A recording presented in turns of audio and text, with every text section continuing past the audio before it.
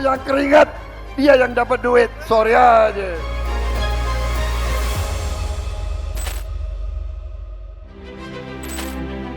Bingung? Serius bingung? Setelah bertahun-tahun, rakyat diperas dengan berbagai pungutan, pajak, dan biaya hidup yang terus naik. Sekarang penguasa mengaku heran kenapa kelas menengah menyusut dan kemiskinan bertambah. Astaga, kalau begini caranya, yang bingung justru rakyat melihat logika para penguasa.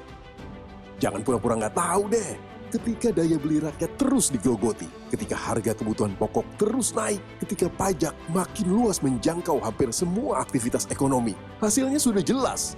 Kelas menengah pelan-pelan rontok, yang dulu masih bisa menabung, sekarang cuma bisa bertahan hidup.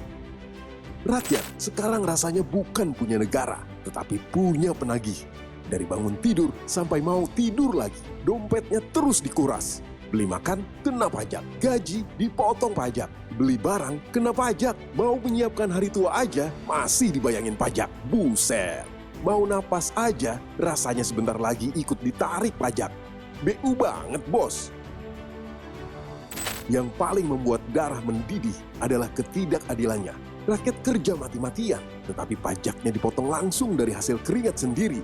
Sementara di lingkaran kekuasaan, ada yang pajak penghasilannya ditanggung pemerintah.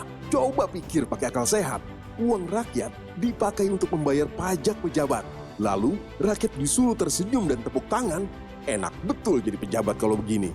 Pantes pada berebut buat duduk di kursinya, sampai tega lakuin janji-janji manis yang nggak pernah ditepati. Belum lagi tunjangan yang besarnya bikin geleng-geleng kepala. Di saat rakyat mengantri beras murah, para wakil rakyat menerima tunjangan perumahan sebesar 50 juta rupiah dan tunjangan beras fantastis menyentuh 12 juta rupiah per bulan. Beras jenis apa yang harganya belasan juta sebulan? Sementara rakyatnya buat beli beras 15.000 aja per kilo harus bekerja dari pagi hingga malam. Pejabat malah bingung memilih fasilitas apa lagi yang mau dinikmati. Gila, ketimpangan begini masih dianggap wajar? Muka lo tuh wajan. Wajar. Lalu muncul lagi narasi bahwa mereka menjadi teladan membayar pajak. Teladan apanya? Kalau yang keluar bukan uang dari dompet sendiri, itu bukan pengorbanan.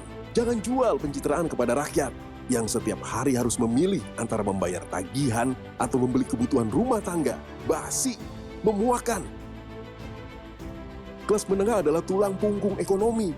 Mereka lah yang paling banyak bekerja, paling banyak membayar pajak, dan paling sedikit mendapatkan bantuan. Tapi mereka justru terus ditekan sampai tenaganya habis. Kalau tulang punggungnya patah, jangan berharap badan negara ini masih bisa berdiri tegak. Udah, jangan pura-pura bingung deh. Rakyat sudah capek mendengar retorika. Yang dibutuhkan adalah kebijakan yang adil, bukan beban baru. Hentikan perlakuan yang membuat rakyat terasa hanya sebagai mesin setoran negara. Karena kalau kelas menengah terus dihabisi dan rakyat terus diperas tanpa rasa malu, jangan salahkan siapa-siapa kalau suatu hari nanti kemarahan publik benar-benar meluap. Sebab kesabaran rakyat itu ada batasnya. Jangan biarkan rakyat terus-menerus mensubsidi kemewahan para pejabat yang bahkan pajaknya saja nggak dibayar dari dompet sendiri. Apakah kita harus menunggu kelas menengah punah total, baru penguasa mau berhenti memalak rakyatnya?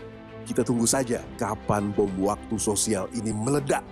Sampai jumpa di Friday POV selanjutnya.